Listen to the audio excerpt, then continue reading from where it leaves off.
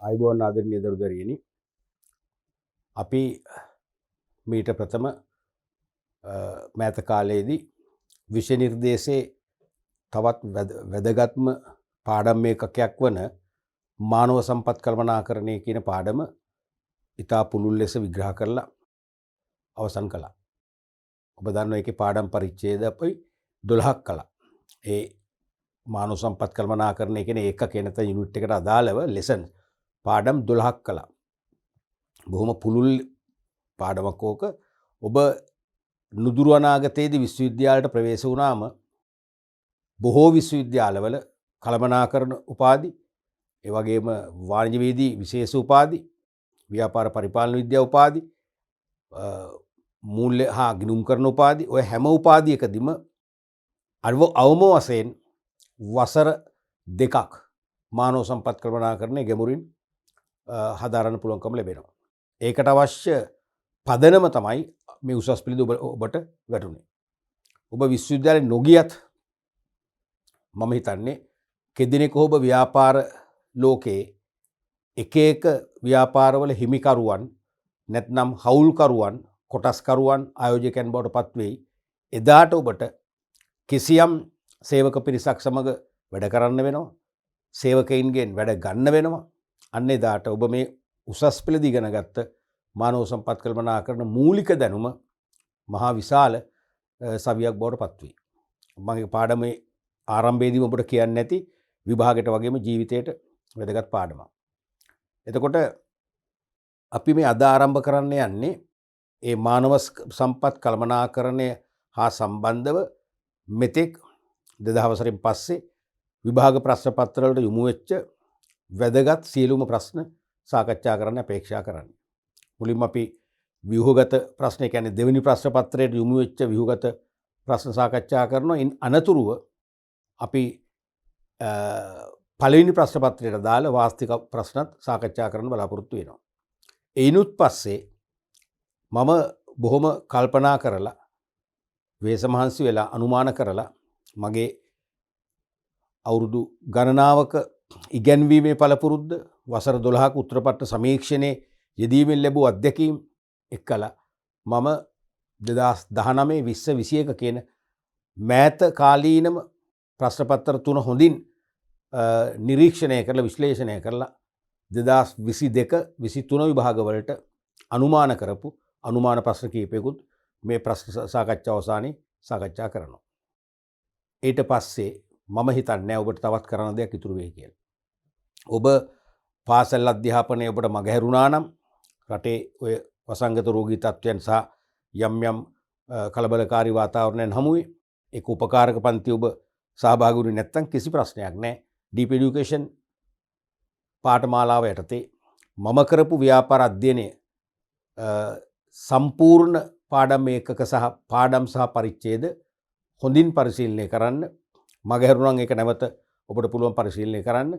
ඔබට කිසිම සැකයක් නැතුව විභාගෙදී බොහොම පහසුවෙන් නිවැරදි පිළිතුරු ලියලා සම්පූර්ණ ලකුණු ලබා ගන්න අවශ්‍ය පසුබිම දැන්ටමත් හදලා ඉවරයි. දැන් තියෙන්නේ ඔබේ රාජකාරිය කරන්න. පැහැදිලිද? එතකොට අපි මුලින්ම අද සාකච්ඡා කරන්න යන්නේ ඒ 16 වෙනි පාඩමට දාලා පසුගිය විභාග ගැටලු. ඒකෙදි මම විශේෂයෙන් අවධාරණය කරනවා 2000 වර්ෂයේ සිට මේ දක්වා ආපු ප්‍රශ්න පත්‍රවල ඉඳහිට නිතර නොවේයි ඉඳහිට තියෙනවා ඒ ප්‍රශ්නේ ප්‍රායෝගික ප්‍රශ්නයක් ඒ අවුරුද්දට විතරයි වළංගුතාවේ තියෙන්නේ. ඒක ඉදිරියට වැඩක් නැහැ. ඒවත් ඉදිරියට ඒක පරණ වෙන ප්‍රශ්නයක් නැත්නම් යල්පනින්න ප්‍රශ්නයක්. මම මේ ප්‍රශ්න සියල්ල අයින් කරලා තියෙනවා. ඒ නිසා මම මේ පාඩම් පරිච්ඡේද තුලින් කතා කරන සියලුම ප්‍රශ්න පහුගිය විභාග ප්‍රශ්න වුණාට ඉදිරි විභාගවලදී නැවත කියන්නේ රිපීටිටිව් කියලා අපි කියන්නේ නැවතත් ප්‍රශ්න පත්‍රයට යොමු වන ප්‍රශ්නයි. ඒ නිසා මේ සියලුම ප්‍රශ්න අතිශය වැදගත් වෙනවා. ඒක මම මේ ප්‍රශ්න සාකච්ඡා කිරීමෙන් තව මේ ප්‍රශ්න තුලින් වෙනත් ප්‍රශ්න නිර්මාණය වෙන ආකාරයත් මතක් වෙන විදිහට මම කරයි. ඒක මම කරත් නොකරත් මම ඔබට පුරුදු කරලා තියෙන්නේ. දැන් ඔබ ඒක කළ යුතුමයි. අපි මේ ප්‍රශ්න සාකච්ඡාවේදී ඔබ ඒ ප්‍රශ්නේ තේරුම් ගන්නවා. පිළිතුරු වල ස්වභාවයේ ධාරිතාවයේ තේරුම් ගන්නවා. ලකුණු ලැබෙන ක්‍රියාපටිපාටි ඔබ තේරුම් ගන්නවා. ඒ ඔස්සේ ඒ ප්‍රශ්නේම වෙනත් මානයන්ගෙන් වෙනත් ස්වරූපයන්ගෙන් වෙනත් මුහුණුවරයන්ගෙන් විභාගයට යොමු විය හැකි ආකාරය ඔබ නිර්මාණය කරලා ඒකට පිළිතුරු නිර්මාණය කරලා ලකුණු ලබා දෙන ප්‍රමාණයත් ඔබ තීරණය කරන්න. ඒක හොඳ පාඩම් ව්‍යායාමයක් කියලා මම හැමදාම කියනවා. මනෝවිද්‍යාත්මක පාඩම් ව්‍යායාමයක්.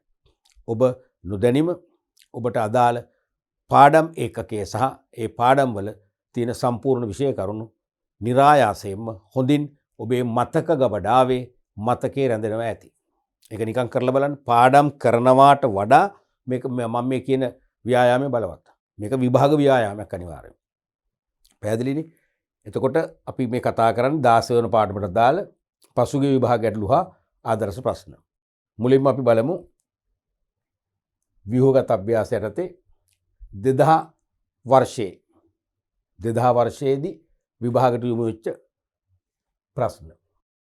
2000 වර්ෂයේ පළවෙනි ප්‍රශ්නේ රෝම ඉලක්කම් 1 වශයෙන් යොමු වෙලා තියෙනවා. ප්‍රශ්නයක් සේවක වර්ජනයක් නිසා සේවා යෝජකයාට සිදුවන අහිතකර ප්‍රතිඵල 6ක් නම් කරන්න. සේවා යෝජකයාට වැඩ වර්ජන තුලින් නැත්නම් සේවක වර්ජන තුලින් ඇතිවන අහිතකර ප්‍රතිඵල. අපි කතා කරා 16 වන පාඩම් ඒකකයේ තුල 11 වන පාඩම 11 වන පාඩම වශයෙන් අපි කතා කරා කාර්මික සම්බන්ධතා කියලා පාඩමක්. ඔබට මතක ඇති දැන්ට ටික දවසකට උඩදී ඒ කාර්මික සම්බන්ධතාවලදී අපි කතා කරා වෘත්තීය සමිති. තේරුණාද? වෘත්තීය සමිති කියන්නේ මොනවද? ඒගොල්ලන්ගේ අරමුණු, ඒගොල්ලන්ගේ කාර්යභාරයන් සහ වෘත්තීය සමිති වල සැකැස්ම. ඒ වගේම ඒ වෘත්තීය සමිති විසින් ගනු ලබන වෘත්තීය ක්‍රියාමාර්ග නැත්නම් කාර්මික ක්‍රියාවන් කියලා අපි කතා කරා. Industrial actions. ඒ කියන්නේ සේවක පක්ෂයට තමන්ට ලැබිය යුතු සේවක අයිතිවාසිකම් හා වරප්‍රසාද නොලැබුණා නම් ඒව සේවා යෝජකයාගෙන් පහසුවෙන් ලබා ගන්න හැකියාවක් නැත්නම් සුහදව ඉල්ලීම් කළත් සේවා යෝජකයා ඒ ඉල්ලීම් මගහරිනවා නම් එහෙම නැත්නම් හිතාමතාම මගහරිනවා කියලා දැනෙනවා නම් අවසන් විකල්පය වෙන්නේ තමන් නියෝජනය කරන වෘත්තීය සමිතියට මේ බව දැනුම් දීලා වෘත්තීය සමිතිය මගින් සේවා යෝජකයන්ට එරෙහිව යම්කිසි නෛතික ක්‍රියාමාර්ගයක් නීතිය පිළිගත් ක්‍රියාමාර්ගයක් ඒගොල්ලන්ට එරෙහිව දියත් කරන්න. ඒව තමයි අපි කාර්මික ක්‍රියාවන් කියලා කතා කරේ. ඒකෙන් ප්‍රබලම කාර්මික ක්‍රියාවක් තමයි සේවක වර්ජන නැත්නම් වැඩ වර්ජන. ඒක හැමෝම දන්නවනේ. ජනප්‍රියනේ ලංකාවේත් ලෝකෙත් සෑම රටකම අපි ප්‍රවෘත්ති බැලුවොත් සමාජ ජාල බැලුවොත් අන්තර්ජාලයේ සැරසරුවොත් අපිට පේනවා ලෝක සෑම රටකම මේ සේවක වර්ජන බොහොම ජනප්‍රිය සාමාන්‍ය දෙයක් බවට දැන් පත් වෙලා තියෙනවා. එතකොට සේවක වර්ජනයක් කියන එක දන්නවනේ. ආයතනයට පැමිණ සේවයේ නොයේදී සේවා යෝජකයන්ට එරෙහිව යම්කිසි උද්ඝෝෂණයක යෙදීම. එහෙම නැත්නම් සේවයට වාර්තා නොකරම ආයතන ඉදිරිපිට හෝ ප්‍රසිද්ධ ස්ථානයක, ඒ කියන්නේ මහජනතාව නිතර යන්නේ නැතනක පේන්නත් එපා මේක. තේරුණාද? හුදකලා ප්‍රදේශයක නෙවෙයි. ප්‍රසිද්ධ ස්ථානයක වැඩ වැරීමක් කිරීම. වැඩ වැරීමක් කරමින් සටන් පාට කීමෙන් යම් ආකාරයට උද්ඝෝෂණ කටයුතු තුළ නියුක්ත වීම තමයි සේවක වර්ජනයක් කියන්නේ. අපි ඒක සේවක වර්ජනයේ මූලික අවස්ථා තුනක් කිව්ව. එකක් තමයි පිකට් ගැසීම. ඒක තමයි කෙටි මේකනේ. බොහෝ වෙලාවට කෑම පෑදී එක් කරන්නේ. අනිත් එක තමයි සංකේත වර්ජනය, ටෝකන් ස්ට්‍රයික්.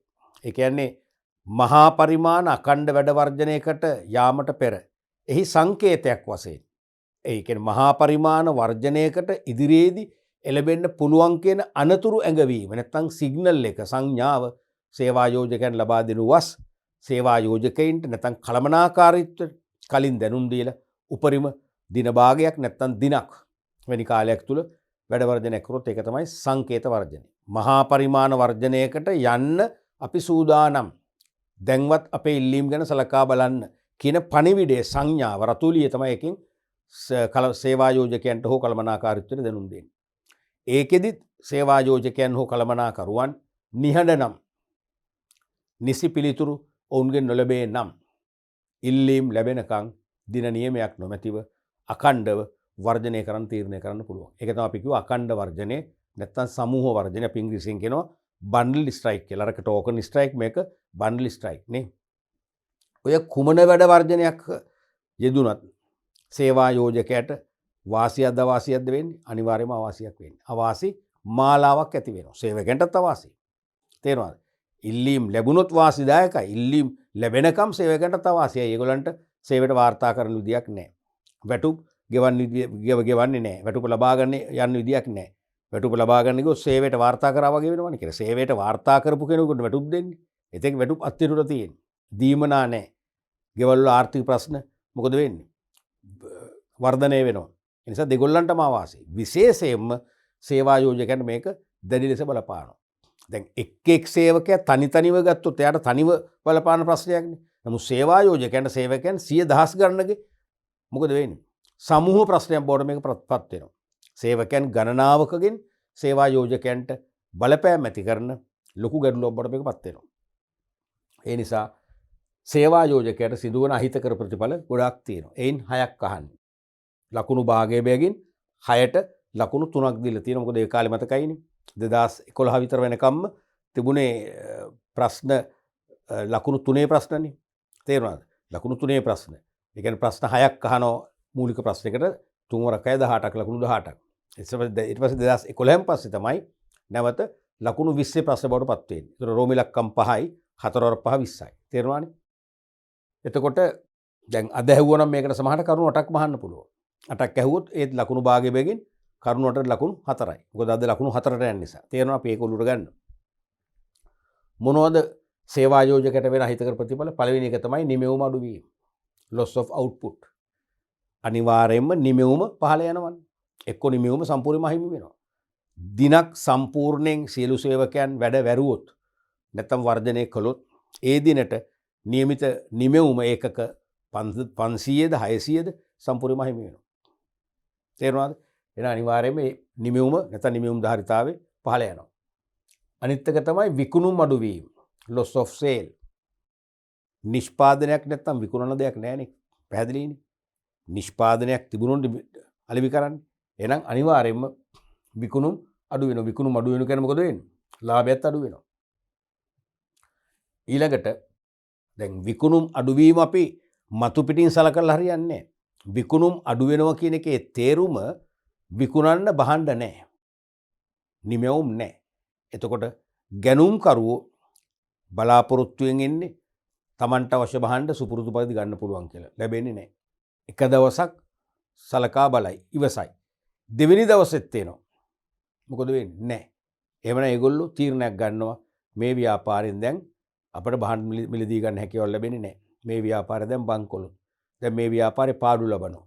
මේ ව්‍යාපාරය දැන් නිෂ්පාදනය අඩාල වෙලා. වගේ විවිධ මතවලට ඒගොල්ලෝ එළබෙනවනේ. වෙන තරම් කරුණු ළඟට යන්න පුළුවන්. අපේ වෙළඳපොළ මොකද වෙන්නේ? කැඩෙනවා. තව කට්ටිය තුන්වෙනි වතාවටත් එන්න පුළුවන්. හතරවෙනි වතාවටත් එන්න පුළුවන්. තමන් පක්ෂපාතී ගනුදෙනු කරන වශයෙන් දීර්ඝ කාලයක් මේ ව්‍යාපාරයත් එක්ක ගනුදෙනු කරපු පුරුද්ද නිසා අපිට පුරුද්දක් තියෙනවනේ. අපි පුරුදු කඩේකටනේ බඩු ගන්න යන්නේ. නුපුරුදු කඩේකට බඩු ගන්න යන්නේ නැහනේ. තේරෙනවද? ඒ වගේ තමයි එමනම් ගනුදෙනු කරුවෝ මොකද වෙන්නේ? ක්‍රමානුකූලව කලකිරෙනවා. ගනුදෙනු කරුවන්ට ව්‍යාපාරයේ කෙරෙහි තියෙන විශ්වාසය මොකද වෙන්නේ? නැති වෙලා යනවා. එහෙනම් ගනුදෙනු කරුවෝ ව්‍යාපාරයෙන් ඈත් වෙනවා. එහෙනම් ව්‍යාපාරයේ සතුව මෙතෙක් මාකට් ෂෙයාර් එක දන්නවනේ වෙළඳපොළ කොටස. යම් වෙළඳපොළ කොටසක් තිබ්බා නම් ඒ වෙළඳපොළ කොටස අනිවාර්යයෙන්ම අඩු වෙනවා. කලකදී මොකද වෙන්නේ? සම්පූර්ණයෙන්ම අහිමි වෙනවා. අහිමි වෙනවා කියන්නේ ව්‍යාපාරේ නිකම්ම ස්වයංක්‍රීයව වැහිලා යනවා. ඒක තමයි මෙතන තියෙන ලොකුම අවදානම. විකුණුම් අඩු වීම. ඊළඟට මුදල් ගලා යාම අඩු වීම. loss of cash flow. දැන් මුදල් ගලාගෙන ඉන්න එපා. තේරෙනවද? ලාභෙම වෙන්න ඕනේ නැහැ.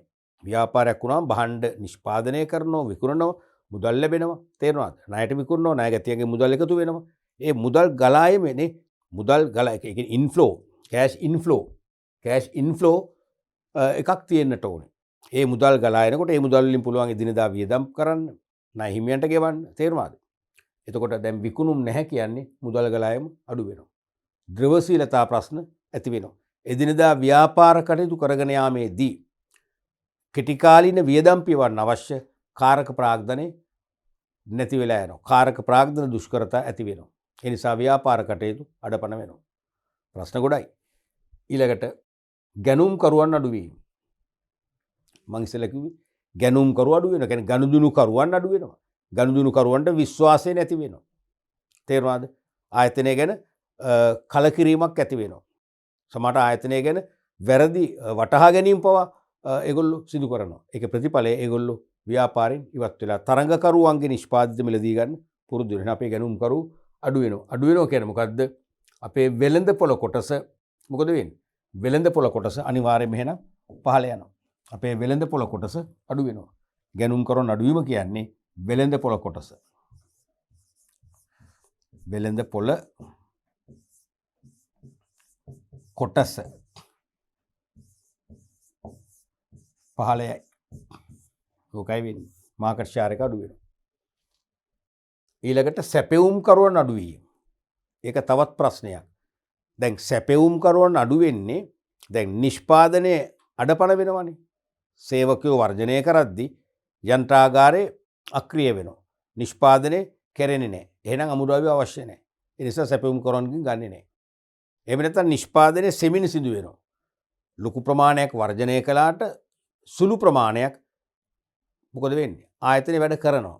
අපි තියරි පාර්ට් එක කරද්දි කිව්වා ඒ වැඩ වර්ජනයකට වැඩ වර්ජිත කාලය තුලදී වැඩ වර්ජනයේට දායක නොවි සේවායෝජකයන්ට පක්ෂපාතීව සුළු පිරිසක් හරි සේවය කරනවා නම් ඒගොල්ලන්ට කියුණා මොකද්ද? හොරි කඩයින්. මොකද්ද? හොරි කඩයින් එක හොඳ සිංහල වචනයක්. හොරි කඩේ ඉංග්‍රීසි වචනය තමයි බ්ලැක් ලෙග්ස්. හොරි කඩෙන් ඉන්නවනේ. ඒගොල්ලෝ නිෂ්පාදනයේ හැකි පමණ ඒගොල්ලන්ට හැකි මට්ටමින් හිමින් කරගෙන යනවා. ඒතර ඒගොල්ලෝ දැන් සමහරට නිෂ්පාදන ධාරිතාවෙන් දෛනික නිෂ්පාදන ධාරිතාවෙන් 10% ඒගොල්ලෝ කරන්නේ. 90%ක්ම එන හිටියා. එහෙනම් සැපෙවුම් කරුවන් බලාපොරොත්තු වෙන වෙනද වගේම ටොන් ගණන් කිලෝ ගණන් ඒගොල්ලන්ගේ නිෂ්පාදිත මිලදී ගනී කියලා. අමුද්‍රව්‍ය මිලදී ගනී කියලා. නමුත් ගන්න විදියක් නැහැ. ඒකේ මොකද වෙන්නේ? ඒගොල්ලොත් කලකිරෙනවා. සැපෙවුම් කරුවන් කියන්නේ ව්‍යාපාරිකයෝනේ. ඒගොල්ලෝ වෙනත් තරඟකාරී ව්‍යාපාරිකයන් වෙත යොමු වෙන්න පුළුවන්. අපේ වර්ජන අවසන් වෙලා යථා තත්ත්වයටපත් වෙලා සැපෙවුම් කරුවන් අපි අමතනකොට ඒගොල්ලන්ට සපයන්න පුළුවන් ප්‍රමාණය අපට සපයපු ප්‍රමාණය නැත්තම් වෙනත් තරඟකරුවන් එක්ක විවිසර්ගන ඉවරයි ඒගොල්ලන්ට සපයන්න. එහෙනම් අපිට අනාගතයේත් ප්‍රශ්නයක් ඇති වෙනවා. පැහැදිලිද? ඊළඟට කීර්ති නාමය අඩු වීම. අනිවාර්යයෙන්ම වැඩ වර්ජන කරනවා කියන්නේ කීර්ති නාමය අඩු වෙනවානේ. දැන් ඔබ වුණත් බලන්න ලංකාවේ මම නම් කියන්නේ නැහැ. ලංකාවේ සමහරට වැඩ වර්ජන කොහෙත්තම කවදාකවත් අහපු නැති පෞද්ගලිකංශයේ ව්‍යාපාර විශේෂයෙන්ම කීපයක්ම තියෙනවා. තේරෙනවනේ. ඒ නිසා මේ ව්‍යාපාරවලට සමාජය තුළ හොඳ ප්‍රතිරූපයක් තියෙනවා. හොඳ පිළිගැනීමක් තියෙනවා. ඒ ව්‍යාපාරය ගැන සමාජයේ ධනාත්මකව සුබවාදීව කතා බහක ලක් වෙනවා. සමාජය තුළ හොඳ ධනාත්මක කතිකාවක් ඇති වෙනවා. ඒක තමයි කීර්තිනාමය කියන්නේ. අනිවාර්යයෙන්ම කීර්තිනාමය වර්ධනය වෙනවා. නමුත් වැඩ වර්ජන තුලින් මොකද වෙන්නේ? උදේ හවස ආයතන සේවකයන් විවිධ උද්ඝෝෂණ කටයුතු කරමින් වැඩවැරීමක් සිදු කරන විට සමාජය තුළ වැරදි ආකල්ප ඇති වෙන ව්‍යාපාර පිළිබඳ ධනාත්මක බැල්ම නැති වෙලා යනවා. තේරෙනවද? සුබවාදීව නෙමෙයි අසුබවාදීව තමයි ව්‍යාපාර දිස බලන්නේ. එහෙනම් සමාජය තුළ ඍණාත්මක කතිකාවක් තමයි ව්‍යාපාරය කෙරේ ඇති වෙන්නේ. එහෙනම් මොකද වෙන්නේ? ව්‍යාපාරයේ කීර්තිනාමය අනිවාර්යයෙන්ම paludu වීම නතර කරන්න බෑ. පැහැදිලිද? ඊළඟට සේවක අසහනය ඇතිවීම තුළින් ඵලදායකත්වය අඩු වීම. එක්ක සේවකෝ දිනක් වැඩ වර්ජනය කරනවා. ඊට පස්සේ දිනක් වැඩ කරනවා. ආයි වර්ජනය කරනවා. ආයි සේවයට වාර්තා කරනවා. ඒක අඛණ්ඩව එතකොට වැඩ ගලාගෙන යන්නේ නෑනේ. අඛණ්ඩව වැඩ ගලාගෙන යන්නේ නෑනේ. තේරුණාද? ඒ නිසා වෙන්නේ මොකක්ද? සේවක අසහනය. සේවකෝ වැඩ කරනවා. පැමිණි දවසට වැඩ කරනවා. නමුත් අසහනෙන් තමයි වැඩ කරන්නේ. ඒ නිසා ඒගොල්ලෝ මන්දගාමී. ඒගොල්ලෝ නියම වේගයෙන් වැඩ කරන්නේ නැහැ. අවංකව වැඩ කරන්නේ නැහැ. කැපවීමෙන් වැඩ කරන්නේ නැහැ. ප්‍රතිඵල වෙන්නේ මොකක්ද? ඵලදායකත්වය අඩු වෙනවා. ඒ කියන්නේ අඩුම යෙදවුම් වලින් වැඩිම නිමවුම් නෙවෙයි, වැඩි යෙදවුම් වලින් වැඩි නිමවුම් තමයි බිහි කරන්නේ. ඵලදායකත්වය අනිවාර්යයෙන්ම අඩු වෙනවා. පැහැදිලිද? ඊළඟට ලාභය අඩු වීම. අනිවාර්යයෙන්ම නිෂ්පාදනය අඩු වෙනවා කිව්වා. විකුණුම් අඩු වෙනවා. වෙළඳපොළ කොටස පටු වෙනවා නැත්නම් අහිමි වෙනවා. මොකද වෙන්නේ? ගෙනුම් කරුවන් අහිමි වෙනවා අපිට. ඒකේ ප්‍රතිඵලය ලාභය අනිවාර්යෙන් පහළ යනවා. ඊළඟට සේවක සේව්‍ය සම්බන්ධතාවයේ බිඳ වැටීම. සේවක සේව්‍ය සම්බන්ධතාව අනිවාර්යෙන්ම බිඳ වැටෙනවා. ඒ කියන්නේ මොකද්ද? කාර්මික ආරවුල් බවට පත් වෙනවා. කාර්මික සාමය අහිමි වෙනවා. දැන් සේවක සේව්‍ය නැත්නම් සේව්‍ය සේවක දෙපක්ෂය අතර අන්‍යෝන්‍ය විශ්වාසය අවබෝධය සහ සහයෝගීතාවය තුළින් ඇතිවන යහපත් සාමකාමී තත්ත්වයෙන් අපි කාර්මික සම්බන්ධතා කියන්නේ. කාර්මික සම්බන්ධතාවල අනිත් පැත්ත තමයි කාර්මික සාමය. මොකද වෙන්නේ? ඒ කාර්මික සම්බන්ධතා බිඳ වැටෙනවා කියන්නේ අනිවාර්යයෙන්ම කාර්මික සාමය මොකද වෙන්නේ? අවසන් වෙනවා. කාර්මික සාමයේ නොමැති තැන අනිවාර්යයෙන්ම සේවකයන්ගෙන් අපිට උපරිම ඵලදායීතාවයක් බලාපොරොත්තු වෙන්න බෑ. සේවකයන්ගෙන් ආයතනයට වාසිදායක තත්ත්වයක් උදා කරගන්න බෑ. ඊටාම අවදානම්. තේරෙනවද? එහෙනම් කාර්මික සාමයකොත් හරි මෙතනට. කාර්මික සාමය. කාර්මික සාමය බිඳ වැටීම.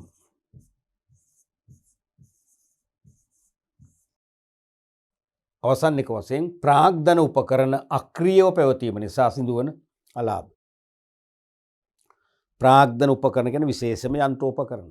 දැන් යන්ත්‍රෝපකරණ තියෙන්නේ වැඩ ගන්නනේ. යන්ත්‍රෝපකරණ තියෙන්නේ වැඩ ගන්නනේ. එහෙනම් ඒ යන්ත්‍රෝපකරණ වලින් નિયમિત පැය ගානේ අපි වැඩ ගත්තොත් තමයි නිෂ්පාදනයක් බිහි වෙන්නේ. විකුණුම් ආදායමක් ලැබෙන්නේ, ලාභයක් ලැබෙන්නේ. ඒ ලාභයෙන් තමයි එහෙනම් ඒ යන්ත්‍ර මිලදී ගන්න, යන්ත්‍ර අත්පත් කරගන්න වැය කළ ප්‍රාග්ධන පිරිවැය අපට නැවත ආවරණය වෙන්නේ එතකොටයි. එහෙනම් මේ යන්ත්‍ර අක්‍රියව පවතිනවා කියන්නේ මොකද වෙන්නේ? යන්ත්‍රවල ආයෝජිත ප්‍රාග්ධනය නැවත ආවරණය කර ගැනීම හැකියාවක් නැති වෙලා යනවා. තේරුණාද? අනිත් එක ඇතම් යන්ත්‍ර අක්‍රියව තිබීම නිසා ඒ යන්ත්‍ර නැවත පණ ගන්වන්න අතිරේක වියදම් දරන්න වෙනවා. සමහරට ඔයිල් මාරු කරන්න වෙනවා. සමහරට යම් අමතර කොටස් මාරු කරන්න වෙනවා. රිප්ලේස් කරන්න වෙනවා. තේරෙනවද? ඒ නිසා අනිවාර්යයෙන්ම ඒකෙනුත් වෙන්නේ අලාභහානි. දැන් සමහර ඔය ලොකු කම්පැනිලින් කියනවානේ මෝටර රථ සම්බන්ධයෙන් මෝටර රථයක් නිතර ධාවනය කරනවා නම් ඒ වාහනේ ලෙඩ අඩුයි. සමහර අය හොඳ මෝටර රථ අරගෙන ගෙදර ෂෝ එකට තියාගෙන ඉන්නවානේ මාසකට සැරයක් ඔය මගුල් ගෙදරක යන්න වගේ. ඒ වාහන අනිවාර්යයෙන්ම රිපෙයාර්ස් වැඩි. ඒක තමයි මම කියන්නේ. එහෙනම් යන්ත්‍ර අක්‍රියව පවතිනවා කියන එකක් නිෂ්පාදනය නැති වෙනවා. අනික යන්ත්‍ර වෙනුවෙන් වැය කළ යන්ත්‍ර අත්පත් කරගන්න වැය කළ ප්‍රාග්ධන පිරිවැය ආවරණය කරගන්න සෑහෙන කාලයක් යනවා. එක්ක ආවරණය වෙන්නේ නැහැ. ඒ වගේම ඒ යන්ත්‍ර නැවත පණ ගන්වන්න නඩත්තු කරන්න අපට අතිරේක පිරිවැයක් දරන්න වෙනවා. ඒ නිසා හැම අතින්ම මේ වැඩ වර්ජන මගින් සේවා යෝජකයන්ට මොකද වෙන්නේ? අවාසිදායක තත්ත්වයන්, අහිතකර තත්ත්වයන් වැලක් නැත්තම් මාලාවකට තමයි මුහුණ දෙන්න වෙන්නේ. ඒ නිසා වැඩ වර්ජන හැකි පමණ බැහැර කරගන්න, නැති කරගන්න, පාලනය කරගන්න සේවා යෝජක පක්ෂය, සේවක පක්ෂය සමග කිසියම් සුහදත්වයක් නැත්තම් කිසියම් ගිවිසුම් සම්බන්ධතාවයක් හරි අපි කියන්නේ අපි ඉගෙන ගත්තේ සාමූහික ගිවිසුම් කියලා. ඒ වගේ ගිවිසුම් සම්බන්ධතාවයක් හරි ඇති කරගත්තොත් මෙන්න මේ අවාසිදායක තත්ත්වයන් බැහැර කරගන්න පුළුවන්කම ලැබෙනවා. පැහැදිලිනේ? කරුණු 6කට ලකුණු 3යි. අද ඇහුවොත් ඕක 2022 නැවත අහන්න පුළුවන් ප්‍රශ්නයක් මේක. ඇහුවොත් ඉන් කරුණු 8ක් අහනවා අනිවාර්යයෙන්ම ලකුණු භාගයකින් ලකුණු 4ක් ලැබෙනවා ඇති. ඊළඟට දැන් මේ වගේ ප්‍රශ්න පේනවනේ. කිසිම අපහසුවක් නැහැ. කිසි කෙනෙක් මේ ප්‍රශ්නේ අත්හරින්න එපා, මග හරින්න අවශ්‍ය නැහැ. දැන් ඔබට සමහර ප්‍රශ්න තියෙනවා ප්‍රශ්නෙත් එක්කම ලකුණුත් පිරිනමනවා. මේ වෙනි ප්‍රශ්නය. ප්‍රශ්නෙත් එක්කම ලකුණුත් දීගෙන ඉවරයි. ඉතින් අපිට මේක ඕන කෙනෙකුට ලියන්න පුළුවන්.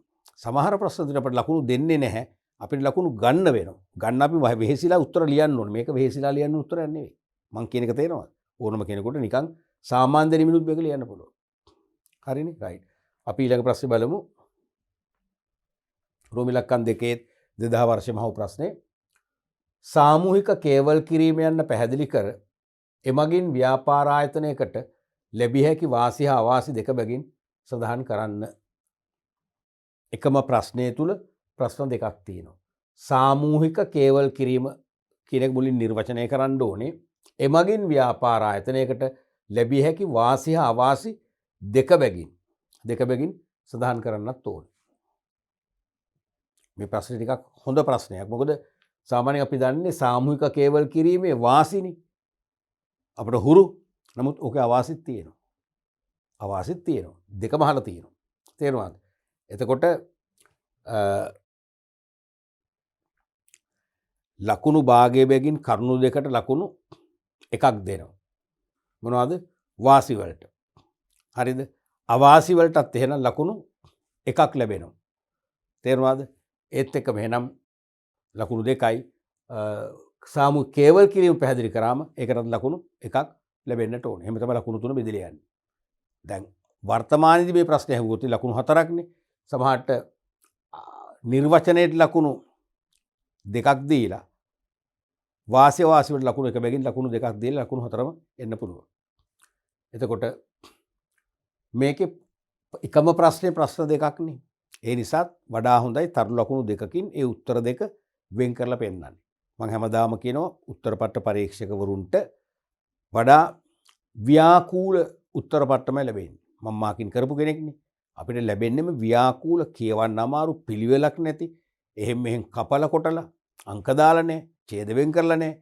අපි උත්තර හොයාගන්න මහන්සි වෙන්න ඕනේ. ඒ වගේ උත්තර පත්‍ර. ඒ අතර ඉතා පහසුවෙන් උත්තර පත්‍රය අතර ගත් වහාම උත්තර හොඳට විනිවිද භාවයෙන් යුතුව පිළිබිබුවන ආකාරයෙන් ලස්සනට පිළිවෙලකට ලියලා නම් ඒ උත්තර පත්‍රයට අපි නැඹුරු වෙනවාමයි. මේ ළමයා හරි පිළිවෙලයි, හරි නීට් එකට වැඩ කරන ළමයෙක්. මෙයා දක්ෂයෙක් කියන මානසිකත්වය අපිට එනවාමයි. ඒ මානසිකත්වයෙන් අපි උත්තර පත්‍රය බලනකොට සමහර ලකුණු භාගයක් එකක් වගේ ඕනනම් අහිමි කරන්න පුළුවන් අවස්ථාවල පවා අපට ඒ මානසිකත්වය දෙන්නේ නැහැ. අපට කියන්නේ ලකුණු භාගෙත් දෙන්න. ලකුණු 2.5 නම් 2.5ම දෙන්න. දෙකක් දෙන්න එපා. 3ක් නම් අපි දෙකක් ඕනනම් දෙන්න පුළුවන්. පුංචි දුර්වලතා තියෙනවා. නමුත් අපි ඒක නොසලකා ලකුණු 3ම දෙනවා. දැන් මම පේප් මාකින් නොකරන නිසා මම බය නැතුව කියනවා. 90%ක්ම ගුරුරු කරන්න ඕක තමයි. 10%ක් විතර අකුරටම පේප් මාකින් කරන්න ඇත් ඉන්න මට හමු වෙලා තියෙනවා. තේරෙනවද? ඒ නිසා අපි වාසිය ගන්නට ඕන. නිසා අපි බොහොම පිළිවෙලට මේ උත්තර ලියන්නට ඕන. පහසුවෙන් උත්තර කියව ගන්න පුළුවන් වෙන්න ඕන. දකින්න පුළුවන් වෙන්න. වෙන් කර ගන්න පුළුවන් වෙන්න ඕන. තේරුණාද? එහෙමනම් මේක අපි දානවා පළවෙනි තරු ලකුණ. හරිද? දෙවෙනි තරු ලකුණෙන් තමයි මේ වාසිය එන්නේ. එතකොට සාමූහික කේවල් කිරීම කියන්නේ වෘත්තීය සමිති හා සේවා ආයෝජකයන් අතර ඇතිවන සාකච්ඡා හේවත් නිගෝෂියේෂන් කේවල් කිරීමේ ක්‍රියාවලිය. වෘත්තීය සමිති හා සේවා ආයෝජකයන් අතර ඇතිවන සාකච්ඡා හේවත් කේවල් කිරීමේ ක්‍රියාවලියයි. හොඳම අර්ථකථනයක් නම් නොවේයි. නමුත් ලකුණු දිය හැකි අර්ථකථනයක්. වෘත්තීය සමිති හා සේවා ආයෝජකයන්යි සේවකයන් වෙනුවෙන් නිතරම පෙනී සිටින්නේ සාමූහික කේවල් කිරීම වලදී වෘත්තීය සමිති. ඒ වගේම සේවා යෝජකයන් වෙනුම් බොහෝ වෙලාවට සේවා යෝජකයෝ ඇතැම් විට සේවා යෝජකයන් වෙනුවෙන් ඒගොල්ලන්ගේ වෘත්තීය සමිතිය හෝ ඒගොල්ලන්ගේ සේවා යෝජක සංවිධාන තියෙනවානේ. විවිධ වූ සේවා යෝජක සංවිධාන තේරෙනවද? ඒ සංවිධාන වගේ වෙන්නත් පුළුවන්. ඉතින් මූලික වශයෙන් වෘත්තීය සමිතිය හා සේවා යෝජකයන් කියලා කිව්වම ඇති. අතර ඇතිවන සාකච්ඡා හේවත්. ඒක මදි කියන්නේ ඒකයි. සාකච්ඡාවකෝ මදි. තේරෙනවද? අර ඒ කියන්නේ සාමූහික කේවල් කිරීම. කලෙක්ටිව් බාගේනින්නේ. කලෙක්ටිව් බාගේනින් සාමූහික කේවල් කිරීම කියන පදේ නැත්තම් සංකල්පය හරි බරයි, ගැඹුරුයිනේ. කලෙක්ටිව් බාගේනින් සාමූහික කේවල් කිරීම කොහොම නිකම්ම සාකච්ඡාවකම නිකන් ඒක මදි. ඇත්තට මදි. පරිපූර්ණ නැහැ. ඒ උත්තරේ වේට් එකක් නැහැ. බරක් නැහැ, අගයක් නැහැ. එතකොට ඒකයි තියෙන අඩුවනුත් මේකේ අදහස එනවා නැතුව නෙවෙයි. ඉතින් දැන් මම හැමදාම කියන දේ තමයි මම මේ මාකින් ස්කීම් එක හදපු කන්ට්‍රෝලින් චීෆ්ට බනින්නේ නැහැ. මොකද කන්ට්‍රෝලින් චීෆ් මේ උත්තර ඉතාම කෙටි සාරාංශගත උත්තරනේ හදන්නේ කාටද හදන්නේ අපිටනේ. ළමයිට නෙමෙයි. ඒ නිසා අපිට මේ අදහස ඇති. අපි දන්නවා මේ අදහස ඔස්සේ මේක තව විදි 5කට 6කට 10කට ළමයා ලියන්න පුළුවන්. මේක පදනම් කරන් අපි දන්නවා ලකුණු දෙන්න. ඒ නිසා මේකේ මේ භාෂාව හැසිරවීමේ දුර්වලතාවට අපිට මුකුත් කියන්න බෑ. මොකද අපිට තේරෙනවා පොඩි හින්ට් එකක් දෙන්න ඕනේ. පරීක්ෂකවරුන්ට පොඩි හින්ට් එකක් දෙන්න ඕනේ. මෙන්න මේකයි අපි අපේක්ෂා කරන පිළිතුරේ ස්වභාවය. අපි දැනගන්න ඕනේ ළමයාගේ පිළිතුර දිහා බලලා ලකුණු දෙන්න. තේරුණාද? ඒ නිසා ඔබ මේ ගැටලුවක් කරගන්න ඕනේ. එතන ඇත්තටම මේකේ වෙන්න ඕනේ සේවක අයිතිවාසිකම් නැත්නම් වරප්‍රසාද. දැන් සේවකයන්ට වැටුප් නියමිත වෙලාවට හම්බෙන්නේ නැහැ. ඒක ලබා ගන්න අයිතිවාසිකම. සේවකයන්ට ආහාර පාන ලබා ගන්න හොඳ විවේකාගාරයක් නැහැ. වතුර නැත්නම් බීමට පානීය ජලය නැහැ. ඒක ලබා ගැනීම ඒගොල්ලන් වරප්‍රසාද. මේ අයිතිවාසිකම් මා වරප්‍රසාද දිනා ගැනීමට සේවකයන් වෙනුවෙන් වෘත්තීය සමිති හා සේවා යෝජකයන් සමග නැත්නම් සේවා යෝජක සංවිධාන සමග පවත්වන මොනවද? කේවල් කිරීමේ සාකච්ඡා තමයි මම ඉතින් කේවල් කිරීමේ ක්‍රියාවලිය කියලා අඳුන තියෙනවා. කේවල් කිරීමේ සාකච්ඡා තමයි සාමූහික කේවල් කිරීම කියලා කියන්නේ. ඒ සාමූහික කේවල් කිරීමේදී දෙපක්ෂය පොදු එකඟත්වයට පත් වෙන්න පුළුවන් අවස්ථා තියෙනවා. නැත්නම් දෙපක්ෂයේ පොදුවේ එකඟතාවයට පත් වෙන අවස්ථා තියෙනවා. එහෙම වුණොත් ඒකට අපි කියන්නේ මොකද්ද? සාමූහික ගිවිසුම් කියලා කියනවා. සාමූහික කේවල් කිරීම අවසාන ඵලයේ සාමූහික විසුම් බව දන්නවා. එතකොට මේකේ වාසි තමයි සාකච්ඡා කිරීම හා තීරණවලට එළඹීම පහසුයි. දෙපක්ෂයේම නියෝජනය වෙනවානේ. මේක සුහදයි එතකොට. දැන් දෙපක්ෂය සම්මුඛ නොවි, හමු නොවි සේවා යෝජක පක්ෂය ආයතනයේ පැත්තේ ඒගොල්ලෝ කාලය ගත කරනවා. සේවකෝ ආයතනයේ ඉදිරිපිට හෝ ප්‍රසිද්ධ ස්ථානයක ගිහිල්ලා පිකටින් එකක් කරනවා. එක වැඩ වර්ජනයක් කරනවා. සාර්ථක නෑනේ. ඒ නිසා මෙතනදී සාකච්ඡා කිරීම තීරණ වල ලැබීම පහසුයි. දෙගොල්ලෝ මූණට මූණ සාකච්ඡා කරනවා. ඒක සුහදයි. සුහදයිනේ. දැන් අපි මොනවා හරි ඔය ගෙවල් අතර ප්‍රශ්නයක් වෙලා අපි ගෙදරකට ගිහලා යනවා ප්‍රශ්න කතා කරන්න. ප්‍රශ්න කතා කරන යනවා කියන එකේ බොහෝ විට තේරුම මොකද්ද? අපි ගහ ගන්න නෙවෙයිනේ. රණ්ඩු සරුවල් වෙන්නේ නෙවෙයිනේ යන්නේ. අපි සාමය ඇති කරගන්න. අපේ පැරණි මිත්‍රත්වයේ ඥාතිත්වයේ පළුදු කරගන්න නැතුව අපි බේර ගන්න යන්නේ. තේරෙනවද? අන්නේ ඒ අදහස මෙතනක් තියෙනවා. ඒක අපි පහසුයි කියලා කියන එක තේරුම්. දෙවෙනි එක තමයි සේව්‍ය සේවක දෙපාර්ශ්වය අතර යහපත් සම්බන්ධතාවයක් ගොඩනගෙනවා. අනිවාර්යෙන් මෙහෙම සාකච්ඡා කරනකොට දෙපක්ෂය අතර හොඳ සම්බන්ධතාවක් ගොඩනගෙනවා. ඒකත් වාසියක්. ඊළඟට සේවකයින් යහපත් ආකල්ප දිනු වීමෙන් සේවකයින්ගේ යහපත් ආකල්ප දිනු වීමෙන් ආයතනයේ ප්‍රදායකත්වය ඉහළ නැංවෙනවා. මෙහෙම සාකච්ඡා කරන අවස්ථාව ලැබුණම අපේ ප්‍රශ්න තේරුම් ගත්තා නම් තේරුම් අරගෙන ඒකට හැකි ඉක්මනින් විසඳුම් දෙනවා කියලා ස්ථිර පොරොන්දුවක් දුන්නා නම් විසඳුම් තාම දුන්නේ නැහැ. දෙනකොට පොරොන්දුවක් දුන්නා නම් සේවකයන් එයින් සෑහීමකටපත් වුණා නම් අනිවාර්යයෙන්ම සේවකයින්ගේ මොකද වෙන්නේ? යහපත් ආකල්ප වර්ධනය වෙනවා. ඒකෙන් වෙන්නේ ආයතනයේ ඵලදායකත්වය ඉහළ නැංවෙනවා. ඇයි? ආයතනයේ කෙරෙහි සේවා යෝජකයන් කෙරෙහි යහපත් ආකල්ප ඇති වුණාම සේවකයෝ මහන්සිලා කැප වෙලා සේවය කරන වැඩ කරනවා. ඒකෙන් ඵලදායකත්වය ඉහළ යනවා. ඊළඟට දෙපාර්ශ්වයටම හිත කරවන ආකාරයේ ක්‍රියාත්මක කළ හැකි ප්‍රායෝගික වෙනස්කම් පහසුවෙන් ක්‍රියාත්මක කළ හැකි වෙනවා. දැන් සේවා යෝජක පක්ෂයට ක්‍රියාත්මක කරන්න බැරි දේවල් කරන්න බෑනේ. දැන් සේවා යෝජකයන්ගෙන් ඉල්ලනවා සෑම සේවකයෙකුටම තරාතිරම නොබලා රුපියල් ලක්ෂයකින් වැඩුප්පඩි කරන්න. ඕක කරන්න බෑනේ. මේ මිහිපිට කරන්න බැරි දෙයක්. තේරුණාද? එක්කෙනෙකුට දෙන්නට පුළුවන්. එහෙම නැත්නම් සේවා යෝජකයන්ගෙන් ඉල්ලනවා සෑම සේවකයෙකුටම මාස 3කට වරක් විදේශ සංචාරයකට අවස්ථාව දෙන්න සතියකට.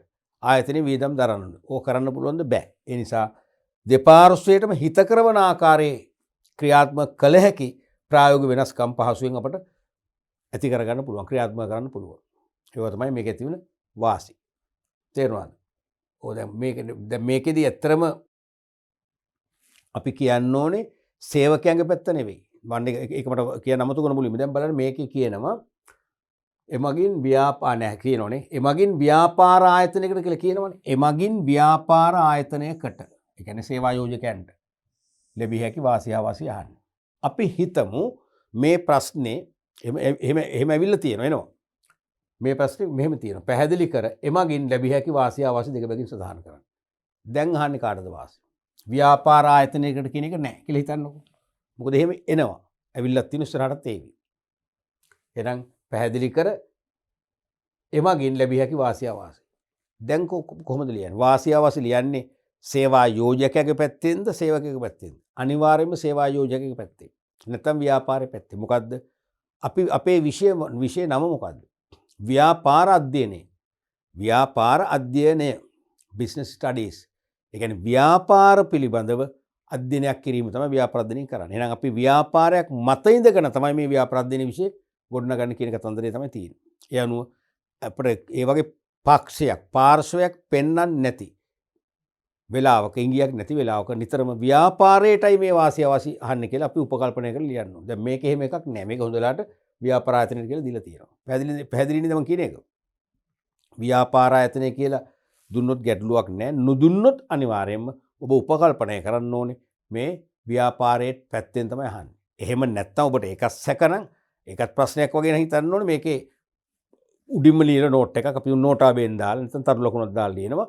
මෙම වාසිය ව්‍යාපාරයේ පැත්තෙන් සලකා මම විසින් පිළිතුරු ඉදිරිපත් කර ඇත. නැත්නම් පිළිතුරු සම්පූර්ණ කර ඇත. වැනි මතක් කිරීමක් කරාම ටීචර්ස්ලට තේරෙනවා මේ ළමයට අවබෝධයක් තියෙනවා. ව්‍යාපාර අධ්‍යයනය කරන්නේ මේ ළමයා හිතුව මේක ඉංග්‍රීසියක් දීලා නැහැ. එහෙනම් ව්‍යාපාරය පැත්තට ගත්තේ. සාර්ථකයි. ලකුණු දෙනවා අනිවාර්යයෙන්. රයිට්. එතකොට දෙක බැගින් දෙකක් ලියුම ඇති මේකේ තියෙන 4ක්නේ. අපි බලමු ඊළඟට අවාසිත් තියෙනවා. පළවෙනි අවාසිය තමයි ආයතනයේට සේවකයින්ගෙන් එල්ලවිය හැකි බලපෑම් වැඩි වෙනවා. එහෙම ගැටලුකුත් තියෙනවනේ. දැන් සාමූහික කේවල් කිරීමකට කැඳවන්නේ අපේ භාෂාවෙන්කුත් ගොඩින් බේර ගන්නනේ. ඉක්මනින් ප්‍රශ්න निराකරණය කරගන්නනේ. නමුත් එහෙම නෙවෙයි. සේවකයින් මේ සාකච්ඡා මේ ඉස්සරහට මොකද කරන්නේ? දැඩි බලපෑම් එල්ල කරන්න පුළුවන්. දැඩි බලපෑම්. අන්න ඒකත් මේකේ අවාසිය. දෙවෙනි එක තමයි ආයතනයේ වැටුප් පහ පිරිවැය ඉහළ යාමට මේ හේතු විය හැකි. බොහෝ විට එහෙම නෙවෙන්නේ. මොනව හෝ ඉල්ලීම් දෙන්න වෙනවා. ඉල්ලන ප්‍රමාණයටම නෙවෙයි. කිසියම් දුරකට හරි ඉල්ලීම් ඉෂ්ට කරන්න වෙනවානේ. රුපියල් 10000ක් වැටුප් වැඩි කරන්න කියලා කිව්වොත් අඩු ගානේ 5000ක්වත් වැඩි කරන්න උනොත් මොකද වෙන්නේ? අන්න වැටුප් පිරිවැය ඉහළ යනවා. එහෙම නැත්නම් සේවකෝ කියනවා අපිට ගමන් අපහසුතාව තියෙනවා. මේ ආයතනයේ වැඩමුළු 3ක් තියෙනවා. උදේ 6 සවස 2. සවස 2 සිට රෑ 10. රෑ 10 සිට උදේ 6. එහෙම හිතන්නකො එහෙම වැඩමුළු තියෙනවනේ. ඒ නිසා උදේ 6ට අපිට එන්න බෑ. අපිට අනිවාර්යයෙන්ම ගමන් පහසුකම් සපයන්න ඕන. ආයතනයේ බස් එක එවන්න ඕන අපේ රූට් එකේ අපිට පුළුවන් පාරට එන්න. හරිද? අපිට ගමන් පහසුකම් නැහැ. බස් නැහැ එන්න. ඉතින් ඒ සඳහා මොකද වෙන්නේ? ප්‍රතිකර්මයක් යොදන්න වෙනවා. ඉතින් බොහෝ විට වෙන්නේ ආයතනයේ මොකද වෙන්නේ? වියදම් ඉහළ යන එක තමයි මේකෙදි වෙන්නේ. එහෙම අවාසියකුත් තියෙනවා. තුන්වෙනි එක තමයි ආරවුල් පිළිබඳ තීරණ ගැනීමට ප්‍රමාද වේ. සමහරට මේ ආරවුල් පිළිබඳ තීරණ ගැනීමත් පමා වෙනවා. මොකද සේවා ආයෝජකයෝ දෙන උත්තරවලට සමහර සේවා දායක පක්ෂයේ වන වෘත්තීය සමිති නියෝජිතයෝ එකඟ නැහැ. වෘත්තීය සමිති නියෝජිතයෝ කරන යෝජනාවලට සේවා ආයෝජක පක්ෂය එකඟ නැහැ. තීරණ ගැනීම මොකද වෙන්නේ? කල් යනවා. දැන් ගොඩක් වෙලාවට අපි ලංකාවෙත් ඔක අපි දැකලා තියෙනවානේ. නේ? මේ වගේ වෘත්තිමය ප්‍රශ්න ඇති වෙලා දෙපක්ෂය සාකච්ඡා කරද්දී විසඳුම් නැතුවනේ සාකච්ඡාව අවසන් කරන්නේ. ඒතර එවැනි සාකච්ඡාවට කීපයක් යනවා. දින කීපයක් ගත වෙනවා. පමා වෙනවා. ඊළඟට ආයතනයේ සම්බන්ධ වැදගත් තොරතුරු වෘත්තීය සමිති වලට සැපීමට සිදු වේ. සමහර විට ආයතනයේ ව්‍යාපාර රහස් වශයෙන් තියාගන්න තොරතුරු වෘත්තීය සමිති වලට සපයන්න සිදුවීමත් මේකේ අවාසියක් වෙනවා. මොකද වෘත්තීය සමිතිය නියෝජිතයෝ තමන්ගේ සමාජික සේවකයන් වෙනුවෙන් දැඩි ලෙස කියන්නේ හරියට නීත්‍යානුකූලව අපි කියන්නේ පොයින්ට් එකටම කතා කරලා ඉල්ලීම් කරනවා. ඒ ඉල්ලීම් ප්‍රබලව ඉදිරිපත් කරනවා. අවසානයේ ඉල්ලීම් වලට ඉල්ලීම් ඉෂ්ට කරන්න බැරි නම් ඒ බැරි හේතුව පෙන්වන්න ඇත්ත කියන්න වෙනවා. ඇත්ත කියද්දි ව්‍යාපාරයේ සමහරට වැදගත්ම තොරතුරු පවා මොකද වෘත්තීය සමිතිය වලට හෙළි කරන්න වෙනවා. සමහරට ආයතනයේ නිෂ්පාදිතවල මූලික අමුද්‍රව්‍ය ලංකාවේ ගුණාත්මක දේශීය අමුද්‍රව්‍ය කියලා තමයි මෙතෙක් පෙන්වලා තියෙන්නේ. නමුත් නැහැ සමහරට ආසියාතික ආසන්න රටකින් අපි ගෙන්නන්නේ අමුද්‍රව්‍ය තත්ත්වෙන් බාලයි. ඒව තමයි දාන්නේ. ඉතින් ඒක මොකද වෙන්නේ? මෙතෙක් ප්‍රශ්නයක් වුණේ නැහැ. දැන් මොකද වෙන්නේ? ඒක වෘත්තීය සමිතියට හෙළිදරව් වුණාම වෘත්තීය සමිතිය එක වෙළඳ පොළට හෙළි කරොත් මොකද වෙන්නේ? ආයතනයේ පැවැත්මට බාධාවක් වෙනවා. අන්න එහෙම අවාසිත් තියෙනවා. ඒ වගේ අවාසි දෙකකට ලකුණු ඒත් භාගබෙගේ ලකුණු එකයි. ඊළඟට 6 වෙනි ප්‍රශ්නය. මොකද සාමාන්‍ය ඔබ දන්නවා මානව සම්පත් කළමනාකරණ එකම අර කළමනාකරණයේ වගේ එකම ප්‍රශ්නයකට යොමු වෙන්නේ නැහැ. මූලික ප්‍රශ්න එක්ක දෙකකට නැත්නම් තුනකට යොමු වෙනවා. කොහොම හරි අනිවාර්යෙන් ප්‍රශ්න 3ක් 4ක් අහනවාමයි. ඒ වගේ 2000 වර්ෂයේදී 6 වෙනි ප්‍රශ්නේ රෝමි ලක්කා 1 වශයෙන් අහපු ප්‍රශ්නේ. 6 වෙනි ප්‍රශ්නේ රෝමි ලක්කා 1. මිනිස් බල සැලැස්මක් යන කුමක්දයි හඳුන්වා එවැනි සැලැස්මක ප්‍රයෝජන දෙකක් දක්වන්න. මිනිස් බල සැලැස්මක් යන කුමක්දයි හඳුන්වා එවැනි සැලැස්මක ප්‍රයෝජන දෙකක් දක්වන්න. ඒකෙත් එකම ප්‍රශ්නය තුල ප්‍රශ්න කොටස් දෙකක් තියෙන නිසා උත්තර දෙක තරු ලකුණු දෙකකින් අපි වෙන් කරලා පෙන්වන්නට ඕනේ. උත්තර දෙක තරු ලකුණෙන් වෙන් කරලා පෙන්වන්නට ඕනේ. මේ තියෙන්නේ හඳුන්වා දීම. හරිනේ. ඊළඟ කොටසට යද්දී අපි ඊළඟ කොටසත් මේ වගේ තරු ලකුණු වෙන් කරමු. ඒතර පරීක්ෂකවරුන්ට බොහොම පහසුවෙන් හඳුනා ගන්න පුළුවන්. මතකනේ මිනිස් බල සැලැස්ම කියන එක, the man power plan කියන එක, මිනිස් බල සැලසුම් මානව සම්පත් කළමනාකරණයේදී ඊටාම වැදගත් කාර්යභාරයක් ඉෂ්ට කරනවා. මොකද බොහෝ ව්‍යාපාරවල සේවක ගැටලු ඇති වෙන්නේ එක්කෝ සේවක ඌනතා නැත්නම් සේවක අතිරික්තතා නිසා.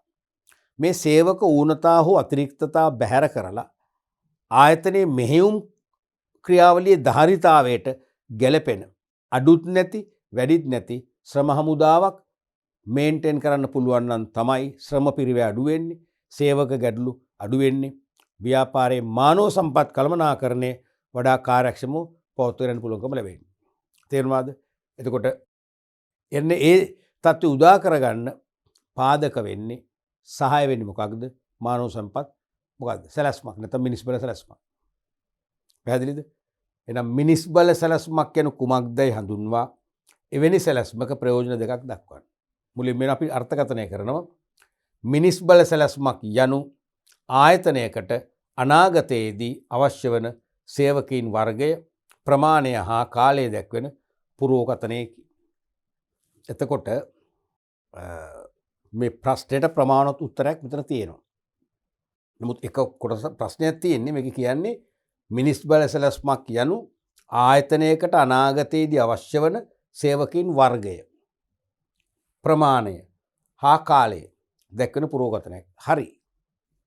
තව එක කොටසක් වුණා වඩා හොඳ මොකක්ද? ආයතනයකට නිශ්චිත අනාගත කාල පරිච්ඡේදයක් තුල සේවක අවශ්‍යතා හඳුනා ගැනීම හා එම අවශ්‍යතා සපුරා ගැනීමට ගත යුතු මූලික උපාය මාර්ග පුරෝකථනය කිරීමක් කිව්වනම් තවත් හොඳයි. අර උපාය මාර්ග නෑ. දැන් මේකේ සේවක අවශ්‍ය සේවකයන් වර්ගය. හරිනම් මේක බහුවචන වෙන්න ඕනේ. සේවකයන් වර්ග නේ. වර්ගය කොහොමද? එක වර්ගයයිනේ. මිකැනික්ලා මිකැනික්ලා ඉන්නෝ, ටෙක්නීෂියන්ලා ඕනේ, ඇකවුන්ටන්ට්ලා ඕනේ, ප්ලාන් මැනේජර්ස්ලා ඕනේ. තේරෙනවද? එහෙමනේ. ඒතර වර්ග ඒ වගේම ප්‍රමාණයන් හා කාලය දැක්වෙන පුරෝකථනයක් කියන එක හරි.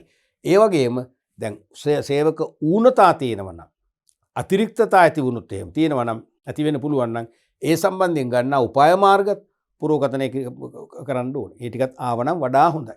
තේරුණාද? ඒ කියන්නේ මේ වගේ අදහසක්.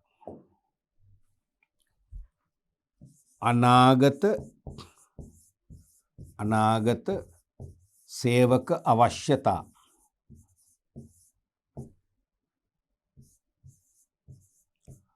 හඳුනා ගැනීම සහ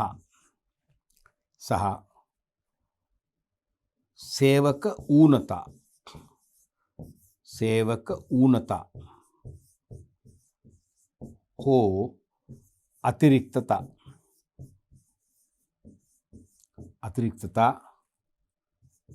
සඳහා ගත යුතු උපාය මාර්ග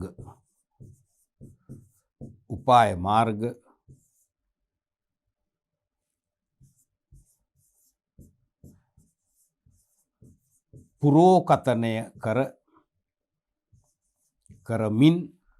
කරමින් සකසන ඇස්තමේන්තුවක් මේකත්. පැහැදිලිවම ඇස්තමේන්තු කිරීමන්නේ. ඇස්තමේන්තුවකි කිව්වොත් තවත් හොඳයි. මේකත් ඇති ප්‍රමාණවත්. නමුත් අර මේක දෙපැත්තම කියවෙන්න ඕනේ. දැන් මේක හොඳයි. මේකේ අනාගතයේදී අවශ්‍ය වන සේවකයන් වර්ගය, ප්‍රමාණය හා කාලය. තේරෙනවද? හෙළිදරව් කරන සහ අර සේවක ඌනතා හෝ අතිරික්තතා සඳහා ගත යුතු උපාය මාර්ගත් පුරෝකථනය කරනවා කියනනම් තවත් හොඳයි කියන එක මම කියන්නේ. පැහැදිලිද? ලකුණු එකක් ලැබෙනවා අර්ථකථනයට. එතකොට දෙවෙනි කොටසෙන් අහනවා එවැනි සැලැස්මක ප්‍රයෝජන දෙකක්. අන්න බලන්න මේ ප්‍රශ්නේ දැන්. එවැනි සැලැස්මක ප්‍රයෝජන දෙකක් කාටද? සේවකයින්ටද ව්‍යාපාරයටද කියලා නැහැ. අනිවාර්යයෙන්ම කියලා නැත්තම් මොකද්ද? ඉංගියක් නැත්තම් ව්‍යාපාරයට. අපි ව්‍යාපාරේ මොකද ව්‍යාපාර අධ්‍යයනය කරන්නේ? අපි ව්‍යාපාරයක් මත ඉඳගෙන ව්‍යාපාර වල ක්‍රියාකාරීත්වයේ මුල සිට අග සිට මුලට අපි අධ්‍යයනය කිරීමනේ මේ විශ්යෙන් කරන්නේ. එහෙනම් අපි ව්‍යාපාර පැත්තට තමයි ලියන්නේ. දැන් මේක කියලා නෑනේ. මොකද මිනිස් බල සැලසුම් නිසා සේවකයන්ටත් වාසි තියෙනවා. දෙපැත්තටම වාසි තියෙනවා. නමුත් ඉංගියක් නැති නිසා අපි අනිවාර්යයෙන්ම ලියන්නේ සේවා යෝජකයන්ට නැත්නම් ව්‍යාපාර පැත්තටයි වාසි ලියන්නේ. අපි බලමු එක කොහොමද කියලා තියෙන්නේ ප්‍රයෝජන. පළවෙනි එක සැලැස්මට අනුව ආකර්ෂණය හා තෝරා ගැනීමට අවශ්‍ය කටයුතු කළ හැකිය. නැත්නම් කළ හැකි වීම. මිනිස් බල සැලැස්මට අනුකූලව ආකර්ෂණය කියන්නේ මොකද්ද? සේවකයන් හඳුනාගෙන ආයතනයට ගෙන්වා ගැනීම. හා තෝරා ගැනීම කියන්නේ ඒ ආකර්ෂණය කරගත් සේවකයන් අතුරෙන් සුදුසුකම් නැත්නම් තෝරා ගැනීමේ නිර්ණායක මත සේවකයන් තනතුරු සඳහා පත් කරන්න තීරණය කිරීම. තේරුණාද? එතකොට මේක ලේසි. ආකර්ෂණයේ තෝරගැනීම ලේසි වෙන්නේ මොකද? මිනිස් බල සැලැස්මෙන් පෙන්눔 කරනවා ලබන වර්ෂයේ දෙවන කාර්තුවේදී මෙන්න මේ වගේ තනතුරු වලට මේ වගේ සේවකයෝ පිරිසක් අඩු වෙන බව. මොකද ඉන්න අය විශ්‍රාම යන්න ඉන්නවා. සමහර අය ඉවත් කරන්න නියමිත වෙලා තියෙනවා. කොන්ට්‍රැක්ට් බේසික් ගත්තේ කොන්ට්‍රැක්ට් පීරියඩ් එක ඉවරයි. ඒගොල්ලෝ නැවත තියාගන්න නැහැ කියලා මැනේජ්මන්ට් එක තීරණය කරලා තියෙනවා. එවනම් අපිට පෙන්නනවා ලබන වසර දෙවන කාර්තුවේ සේවකයන් 8 දෙනෙක් අඩු. එහෙමනම් අන්නේ 8 දෙනා මොකද කරන්නේ? 8 දෙනාව අපි බඳව ගන්න නම් පළමුව සේවකයන් ගෙන්න ගන්න එපා. ආකර්ෂණය කරන්න ඕනේ. ඒකම තෝරගන්න එපා. එහෙනම් ආකර්ෂණය සහ තෝරා ගැනීම පහසු වෙනවා. ආකර්ෂණය සහ තෝරා ගැනීම අපිට මඟ පෙන්නනවා මෙන්න මේ වගේ තනතුරු වලට. මේ වගේ අංශ වලට මෙන්න මේ වගේ තනතුරු වලට සේවකයෝ තමයි අවශ්‍ය කෙනෙක්. ඒ අනුව ආකර්ෂණය තෝරා ගැනීම අපිට නිවැරදිව කරන්න පුළුවන්. දෙවෙනි එක තමයි ආයතනය තුල ඇතිවෙන පුරප්පාඩු ඉක්මනින් පියවෙන නිසා කටයුතු අඛණ්ඩව කරගෙන යා හැකියි.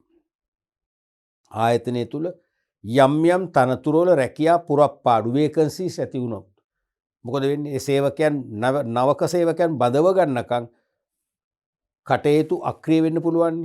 නමුත් දැන් මිනිස් බල සැලැස්මක් තියෙනකොට පුරප්පාඩු ඇතිවීම කල්ැතුව පෙන්නනවනේ. ඒ නිසා ඒ පුරප්පාඩු ඇතිවන කාලයේදී ඉක්මනින් මේ පුරප්පාඩු සපුර ගන්න පියව ගන්න ක්‍රියා කරනවා. ඒ නිසා අනිවාර්යයෙන්ම ව්‍යාපාර කටයුතු අඛණ්ඩව කරගන්න පුළුවන්කම ලැබෙනවා. තුන්වෙනි එක තමයි හදිසි බඳවා ගැනීම නිසා දැරීමට සිදුවන අනවශ්‍ය පිරිවැය දැරීමට සිදු නොවේ. දැන් හදිසි බඳව ගැනීම කරන්න ගියොත් මොකද වෙන්නේ? අපේ තනතුරට ගැලපෙන සුදුසුකම් පළපුරුද්ද ඇති සේවකයන්ට ඩිමාන්ඩ් කිරීම හැකියාව වැඩි වෙනවා. ඒගොල්ලෝ රයිට් මම එන්න මං තනතුරට එන්නම් මට වැටුපු රුපියල් ලක්ෂයක් මදි මට 1,20,000ක් ඕන දෙන්න වෙනවා. දැන් අපේ මෙහෙයුම් ක්‍රියාවලිය අඛණ්ඩව ගෙනියන්නත් ඕන නම් ගනුදෙනු කරුවන්ගේ ඇනවුම් නිසි වෙලාවට ඉෂ්ට කරන්නත් ඕන නම් මේ ව්‍යාපාරයේ කිසියම් පසුබෑමකට හෝ දෙදරා යාමකට ඉඩ තියන්න බැරි නම් මොකද වෙන්නේ? දැන් ඒ සේවකයාගේ කොන්දේසි අරතේ අපට ඒ දක්ෂ පළපුරුදු ගැන වදව ගන්න වෙනවා. තේරෙනවද? අන්න එහෙම ගැටලුත් මේකේ තියෙනවා. එතකොට මොකද වෙන්නේ? හදිසි බඳව ගැනීම නිසා දැරීමට සිදුවන අනවශ්‍ය පිරිවැය ඉහළ යනවා. හරිනේ? නමුත් මිනිස් බල සැලැස්මක් තියෙනකොට දන්නවා කල්ැතුව පෙන්නනවා ලබන අවුරුද්දේ ලබන අවුරුද්ද නම් හදන්නේ අවුරුද්දේ දෙවන කාර්තුවේද තුන්වද හතරවන කාර්තුවේද උනතාවයක් තියෙනවා. කල්ැතුව එහෙනම් එක්ක රැකියා නියෝජිත ආයතන සමග සාකච්ඡා කරලා එක්ක විශ්වවිද්‍යාල ආචාර්යවරුන් සමග සාකච්ඡා කරලා විශ්වවිද්‍යාලයේ අවසාන වසර විභාගෙ ලියලා පෙන්ඩින් රිසල්ට්ස් නැත්නම් ප්‍රතිඵල බලාපොරොත්තු ඉන්න අයගෙන් නැත්නම් ආයතනයට සම්බන්ධ විශ්‍රාමික සංගමයක් එක්ක කතා කරලා විශ්‍රාමික සංගමය හරහා ආයතනයට සම්බන්ධ වෘත්තීය සමිතියක් එක්ක සාකච්ඡා කරලා වෘත්තීය සමිති නිර්දේශ හරහා අපිට පුළුවන් ගෙන්න ගන්න. තේරෙනවද? එතකොට අපිට මොකද වෙන්නේ? අපේ එකගතා කියන්නේ අපේ කන්ඩිෂන්ස් අපිට ගෙවන්න පුළුවන් වැටුප් ප්‍රමාණය මෙච්චරයි. මීට වඩා අපි වැටුප් ගෙවන්න බෑ. ඒ අපේ කොන්දේසිය රටේ පුළුවන් සේවකයන් බඳව ගන්න.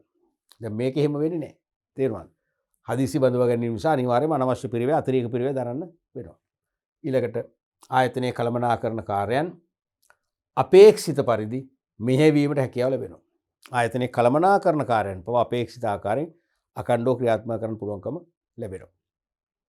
ඒ කියන්නේ වැඩ අක්‍රිය වෙන්නේ සේවකයාගේ ඌනොතා යතුනත් දවසයි දෙකයි ටක් ගාලා ඊට පස්සේ ෆිල් වෙනවා. අතිරික්තත යතුනත් දවසයි දෙකයි අපි අතිරික්තයට විසඳුම් දීලා තියෙන්නේ මිනිස් බල සැලැස්ම. ඒ නිසා කළමනාකරණ කටයුතුද මෙහෙයුම් කටයුතුද සුමටව අඛණ්ඩව ක්‍රියාත්මක කරන්න පුළුවන්කම ලැබෙනවා. ඔන්න වගේ කරුණු දෙකකට ලකුණු එක බැගින් ලකුණු දෙකයි. කරුණු දෙක අපේක්ෂා කරන්න. රයිට්. අපි බලමු ඊළඟ ප්‍රශ්නයත් 2000 වර්ෂෙ මහපු පළවෙනි ප්‍රශ්නේ රෝම ඉලක්කම් 2. රැකියා විස්තරය ජොබ් ඩිස්ක්‍රිප්ෂන් හා රැකියා පිරිවිතර අතර ඇති වෙනස්කම් පැහැදිලි කරන්න. රැකියා විස්තරය මේක රැකියා පිරිවිතරය කියවන වඩා හොඳ මම වෙනස් කරන්නගෙන කමන්න පිරිවිතරත් හරි. මොකද මේක රැකියා විස්තරය නම් මේකත් පිරිවිතරය වෙන්නේ පේන ඒක දෙවිදිහකට දාලා තියෙන්නේ. වඩා හොඳ විදිහ මතක තියාගන්න ඕගොල්ලෝ දන්නවනේ. රැකියා විස්තරයයි රැකියා පිරිවිතරයයි. Job description and job specification අතර ඇති වෙනස්කම් පැහැදිලි කරන්න. තේරුණාද? එතකොට බලමු මේකේ වෙනස්කම් කොහොමද මේක දීලා තියෙන්නේ කියලා. ඔව්. කොටස් දෙකම විස්තර වියත් නම ලොකු දැන් මේක ඕන නම් අපිට දෙපැත්තට දාලා වෙනස්කම් ලියන්න පුළුවන්. වඩා හොඳ එහෙම ලිව්වනම්. එහෙම අපේක්ෂා කරලා නැහැ. මේක තිරස් විදියට සාමාන්‍ය විදියට වෙනස්කම් ලියලා තියෙනවා. මුලින්ම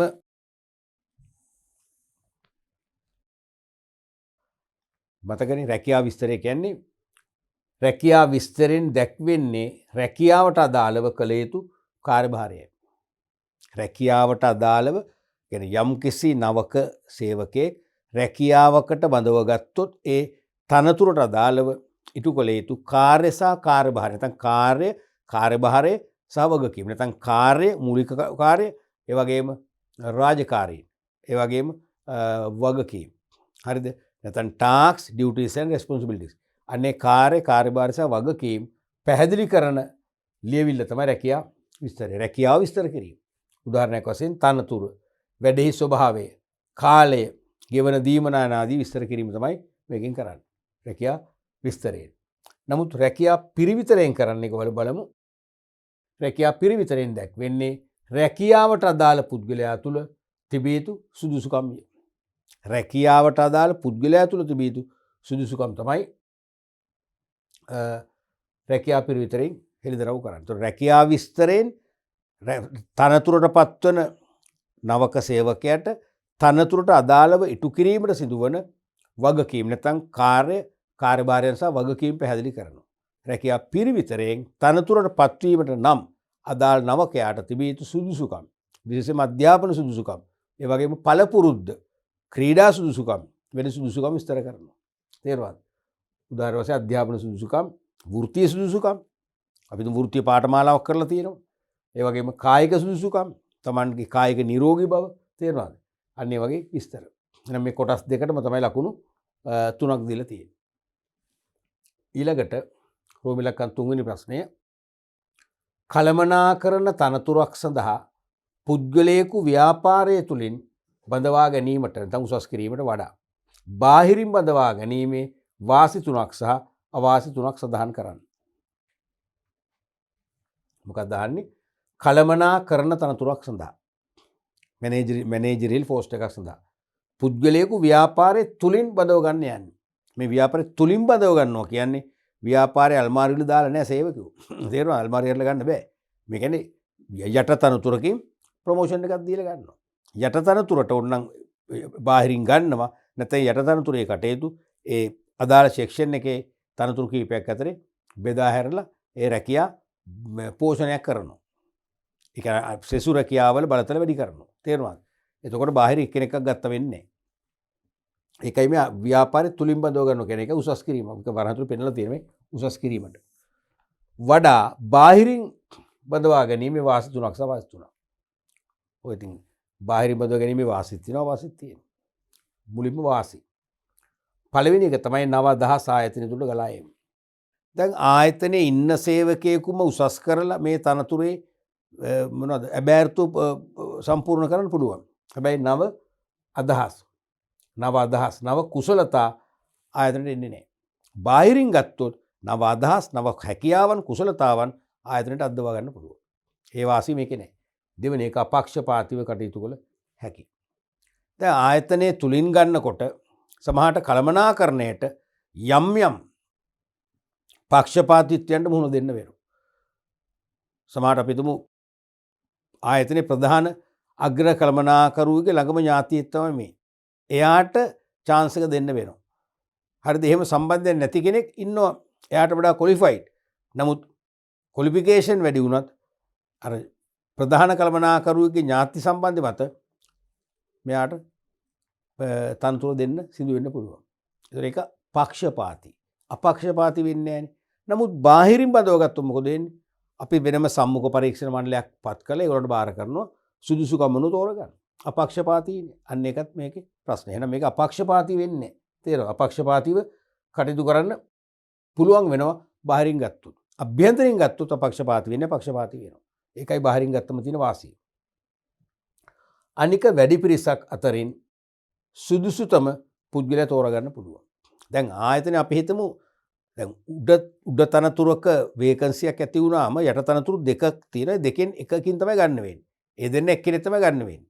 අපි තුමු ඒ දෙන්න තනතුරු බාර ගන්න කැමති නැහැ කියලා එහෙනම් කරන්න දෙයක් නැහැ. අනික ඒ දෙන්නට සුදුසුකම් මදි කියලා හිතන්න කරන්න දෙන්න තියෙ එතනම තමයි යන්න වෙන්නේ. නමුත් එහෙම නෙවෙයි. බාහිරින් බදව ගන්නකොට විශාල පිරිසක් අපිට ආකර්ෂණය කරගන්න පුළුවන්. සම්මුඛ පරීක්ෂණයකට භාජනය කරන්න පුළුවන්. ලිඛිත පරීක්ෂණයක් ඕනනම් ප්‍රායෝගික පරීක්ෂණයට භාජනය කරන්න පුළුවන්. කරලා වැඩි දෙනෙක්ගෙන් වඩාත් සුදුසුම කෙනා තෝරගන්න පුළුවන්. නමුත් අභ්‍යන්තර බදව ගන්නකොට දෙන්නයි නම් ඉන්නේ ඉතින් ඒ දෙන්නෙක් කෙනෙක් තමයි. අපි කියන්නේ කෝකටත් අයිල වගේ හොඳම බදව ගැනීම නෙවෙයි. සුදුසුම බදව ගැනීම නෙවෙයි එතකොට වෙන්නේ. ඒ වගේ වාසි තියෙනවා. ඒතර ලකුණු භාගයේ බැගින් කරුණු තුනට ලකුණු එකහමාරයි. ලකුණු භාගයේ බැගින් කරුණු ලකුණු එකහමාරයි. හරියටම කරුණු තුනක් අහලා තියෙනවා. මොකද මේක තනි ප්‍රශ්නයක් නේ. රෝමි ලක්කම් තුනක්නේ. අයනු නෙවෙයිනේ. දැන් අද නම් මේක හොර ලකුණු හතරක්. හතරක් නම් අනිවාර්යයෙන්ම මොකද වෙන්නේ? භාගයේ බැගින් කරුණු හතරක් සදා ලකුණු දෙකක් ලියන්න වෙනවා. ඒ නිසා අපි තව කරුණක් ලියමු. මොකද අද අහන්නේ ලකුණු 3 ප්‍රශ්න නෙවෙයි 4 ප්‍රශ්නනේ. එහෙමනම් අපි අද හැවුවොත් කියලා හිතලා ලියමු අමතර කියලා. අමතර කියලා ලියලා හතරවෙනි එකක් දාමු. මොනවද තව වාසි? බාහිරින් බඳවගත්තම. බාහිරින් බඳවගත්තම සේවක ගැටුම් අවම වෙනවා. දැන් අභ්‍යන්තරින් බඳව ගන්නකොට සේවක ගැටුම් වැඩි වෙනවා. දැන් මම කැමති දැන් මම කොහොමද සුදුසුකම් නැහැ කියලා හිතන්නකෝ. මම නුසුදුසුයි. නමුත් මගේ ළඟ ඉන්න මිත්‍රයා සුදුස්සෙක්. මං කැමති යාට මේ ඉහළ තනතුරු ලැබෙනවා නම්. නමුත් යම් හේතු මත වෙනත් කෙනෙකුට ලැබෙන්නේ. මොකද වෙන්නේ? අපි කියනවා බොහොම අසාධාරණව මේ ගිහලා පස්සෙන් ගිහලා ගත්තේ. ඔයාගේ ඥාති සම්බන්ධතා පාවිච්චි කරලා මේක ගත්තේ. ඔයාට නම් සුදුසුකම් තියෙනවා. අන්න ගැටුම් ඇති වෙනවා. තේරුණාද?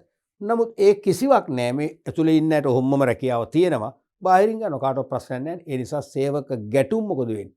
අවම වෙනවා. බාහිරින් ගත්තම. එහෙනම් සේවක ගැටුම් අවම කරගත හැක. ඔයගේ අවාසිය තරක් ලියන්න පුළුවන්. ඔය වගේම බලමු අපි අවාසිත් තියෙනවා. එකක් තමයි ආයතනය පිළිබඳ අවබෝධයක් නැතිවීම. බාහිරින් ගත්තම ආයතනය පිළිබඳ ලොකු අවබෝධයක් නැහැනේ. දැන් අභ්‍යන්තරින් ගත්තොත් යට ඉන්න කෙනෙක් උසස්වීම දීලානේ බඳව ගැනීම කරන්නේ. එහෙනම් එයාට ආයතනය ගැන අවබෝධයක් තියෙනවා. ඉන්ඩක්ෂන් එහෙවත් අනුස්ථාපනය දෙන්න ඕනේ. දැන් මෙතන අනිවාර්යයෙන්ම අනුස්ථාපනයටත් වැඩි කාලයක් පිරිවැයක් දරන්න වෙනවා. ඒ ආයතනය ගැන අවබෝධයක් නැහැනේ. එහෙනම් ආයතනය ගැන හුරු කරන්න. වැඩ පරිසරය, වැඩ කණ්ඩායම, ආයතනයේ පහසුකම් හැම දෙයක්ම දැනුවත් කරලා මෙයා හුරු පුරුදු සේවකෙක් බවටපත් කරන්න ආරම්භයේදී අනුස්ථාපනය සඳහා පිරිවැයක් කාලයක් කැප කරන්න වෙනවා. ඊළඟට දැනට සිටින සේවකයන් කලකිරීමටපත් වීම. එහෙම දෙයක්ත් වෙනවා. දැන් ඉන්න සේවකයෝ බැලුවේ තමන්ගේම කෙනෙක් ඉහළ තන්ත්‍රයට උසස් කරාව කියලා. නමුත් ඒක වුණේ නැහැ. බාහිරින් ගත්තේ. බාහිරින් ගත්තා මොකද වෙන්නේ? ඉන්න අයකට අනිවාර්යයෙන්ම කලකිරීමටපත් වෙනවාමයි. පත් වෙන එක සාමාන්‍ය ස්වභාවයන්නේ. දැන් මම එක්තරා කාලයක විශ්වවිද්‍යාල අධ්‍යාපනය ලබද්දී මට පාර්ට් ටයිම්, ඒගොල්ලන්ට පාර්ට් ටයිම් නෑ. තේරුණාද?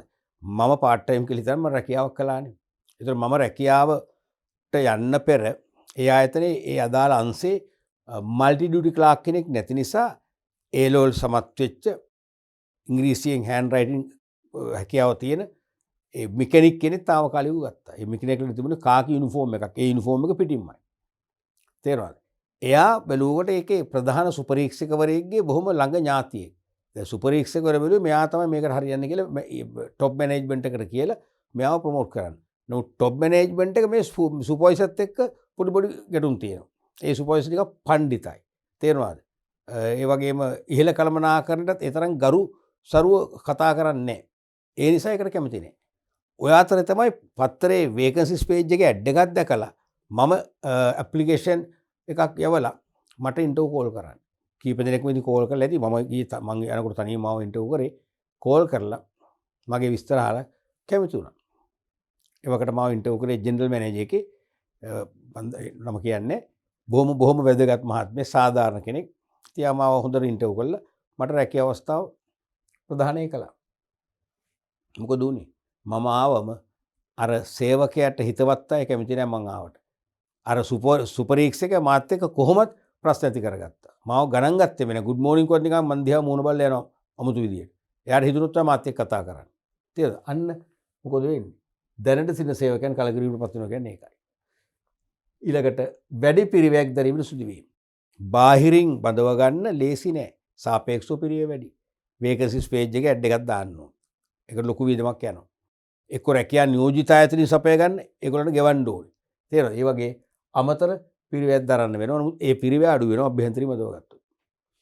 ඊළඟට ආයතනයේ පවතින සංවිධාන සංස්කෘතිය සමග ගැටීමට ඉඩ ඇත. දැන් ආයතනයේ තුලින්ම එක්කෙනෙකුට උසස් වීම දීලා රැකියා බෑර්තුව සම්පූර්ණ කරගත්තොත් ගැටලුවක් නෑ. ආයතනයේ සංස්කෘතිය වලට හුරුයිනේ. නමුත් බාහිරින් කෙනෙක් එනකොට ඒ බාහිර කෙනාට ආයතනයේ සංස්කෘතිය මොකද නුහුරු වෙන්න පුළුවන්, නුපුරුදු එකක් වෙන්න පුළුවන්. දැන් මම ඊට පස්සේ අන්තිමට රැකියාව කළේ ගුරු වෘත්තියේනේ. තේරුණාද? මම ගුරු වෘත්තියට යනකොට ඒ ඉස්කෝලේ මොකද උනේ? සංස්කෘතිය වෙනස්. ඒක කතෝලික සභාවෙන් පාලනය කරන කතෝලික පාසලක්. සිස්ටර්ස්ලා නැත්නම් මදර්ස්ලා තමයි ඒක කළමනාකරණය කරන්නේ. අනිවාර්යෙන් ප්‍රින්සිපල්, වයිස් ප්‍රින්සිපල්, සිස්ටර්ස්ලා. ඉතින් එතන තිබුණේ කතෝලික ආගම පෙරටු කරගත් සංස්කෘතියක්. ඒ සංස්කෘතියට මට හුරු වෙන්න සති දෙකක් තුනක් මාසයක් කාලයක් ගියා. හැබැයි මම ශනික හුරු වුණා. තේරුණාද? අන්න ඒ වගේ ආයතනයේ පවතින සංවිධාන සංස්කෘතිය සමග ගැටීමට ඉඩ තියෙනවා බාහිරින් ගත්තොත්. නමුත් අභ්‍යන්තරින් ගත්තොත් ඒ සංස්කෘතිය හඳුනනවානේ. ඒ සංස්කෘතියනේ තමගේ සංස්කෘතිය වෙන්නේ. ගැටුමක් නැහැ. ඊළඟට වැඩි කාලයක් ගත වෙනවා. අභ්‍යන්තරින් බදවගෙන මේ දැන් අද කරන්න පුළුවන්. මේකට වැඩි කාලයක් ගත වෙනවා. ඔය වගේ වාසි වගේම අවාසිත් තියෙනවා. අවාසි වලට අර වගේම ලකුණු එකහමාරයි. වර්තමානයේ දෙවරන් ලකුණු අනිවාර්යෙන් දෙකක් දෙයි. එතකොට කරුණු හතරක්ම ලියන්න වෙනවා. තුන මදි එතකොට. හතරක්ම ලියන්න වෙනවා. පැහැදිලිද? ඔව් එතකොට අපි අද පාඩම් පරිච්ඡේදයනු සාකච්ඡා කළා 2000 වර්ෂයේදී සේවක කළමනාකරණය සම්බන්ධයෙන් විභාගයට යොමු වෙච්ච විවිධාකාරයේ ප්‍රශ්න. පේනවද මේ ප්‍රශ්න අහන විදිය? දැන් බලන්න මේ අපි ආපස්සට බැලුවොත් එහෙම එවකට කන්ට්‍රෝලින් චීෆ් පවා පාඩමේ මුලින් විතරක්ද ප්‍රශ්න ඇහුවේ නෑ. මුල මැද අග තුනෙන්ම අහනෝනේ. ඒ කියන්නේ දැන් වර්තමාන නම් පාඩම් පරිච්ඡේද 12ටම අවධානය යොමු වෙනවා. දැන් මේකෙදි අවධානය යොමු නොවෙච්ච පාඩම් තියෙනවනේ. ඒවෙන් අනිවාර්යෙන් ප්‍රශ්න යොමු වෙනවා ෆස්ට් පේපර් එකට. ඔක තමයි හැමදාම කියන්නේ මේ ප්‍රශ්න පත්‍ර සාකච්ඡාවේදී සමස්ත විෂය නිර්දේශයම ඔබ ආවරණය කරගත යුතුයි. සමස්ත විෂය නිර්දේශයේ සියලු පාඩම් ඒකක සහ ඒ පාඩම් ඒකක නැත්නම් යුනිට් තුල තියෙන සම්බන්ධ සියලුම පාඩම් නැත්නම් ලෙසන්ස් ටික ආවරණය කරගන්න ඕනේ. මොකද ඒ කියන්නේ මුළු පාඩම් ඒකකය සිසාරා තමයි ප්‍රශ්න අහන්නේ. ඒක අපි හොඳට අවබෝධ කරගන්න ඕනේ. පැහැදිලිද? එහෙනම් අපි ඊළඟ පාඩම් පරිච්ඡේද වලින් තවදුරටත් ඉදිරි විභාග ප්‍රශ්න ඉතා පුළුල් ලෙස සාකච්ඡා කරනවා. අද වගේම ලකුණු ලබා දෙන ආකාරය, අපේක්ෂා කරන පිළිතුරු වල ස්වභාවය, පිළිතුරු ධාරිතාවය, ප්‍රමාණය මොකද අපි දැනගන්න ඕනේ. මොකද පිළිතුරු දෙකක් අපේක්ෂා කරද්දී අපි පිළිතුරු 6ක් ලියලා තේරුමක් නැහැනේ. කාලේ නාස්ති කිරීමක් වෙනවා. යට තියෙන ප්‍රශ්නයකට ලියන තියෙන කාලේ නැති කරගත්ත වෙනවා. පිළිතුරු 6ක් හෝ 8ක් අපේක්ෂා කරන වෙලාවට අපි 4ක් ලියුවොත් මොකද වෙන්නේ? ලකුණු භාගය ලැබෙන්නේ. ඒකත් අවාසියක්නේ. ඒ නිසා අපි දැන් මේ අද මේ පළවෙනි පරිච්ඡේදෙම අපි තේරුම් ගත්තා, චැප්ටර් එකම තේරුම් ගත්තා. ප්‍රශ්නවලට මොන වගේ ධාරිතාවකින්ද පිළිතුරු ලියන්නේ? මොන වගේ ස්වරූපයෙන්ද පිළිතුරු ලියන්නේ? මොන වගේ ධාරිතාවෙන් හා ස්වරූපයෙන් ලියලා දෙන සම්පූර්ණ ලකුණු ගන්න පුළුවන්ද කියලා තේරුම් ගත්තා. අපි ඉදිරි පාඩම් පරිච්ඡේදවලු තවදුරටත් ඔය දැනීම, ඔය හැකියාව අපි වර්ධනය කරගන්න අනිවාර්යෙන් ක්‍රියාත්මක වෙනවා. ඒ නිසා දිගටම මේ පාඩම් පරිච්ඡේද ඔබ පරිශීලනය කරන්න ඕනේ. දැන් විභාගෙ එන්න මොකද වෙන්නේ? ලඟ වෙනවා. එන්නෙම ලඟ වෙනෝනේ. දැන් තමයි අනිවාර්යයෙන්ම ඔබ හොඳම හරිය ඉගෙන ගන්න. ඒ නිසා අනිවාර්යයෙන්ම ඉදිරි පාඩම් පරිච්ඡේද මග හර ගන්න එපා, පරිශීලනය කරන්න. අපි එහෙනම් ඊළඟ පාඩම් පරිච්ඡේදෙ නැවත හමු වෙමු.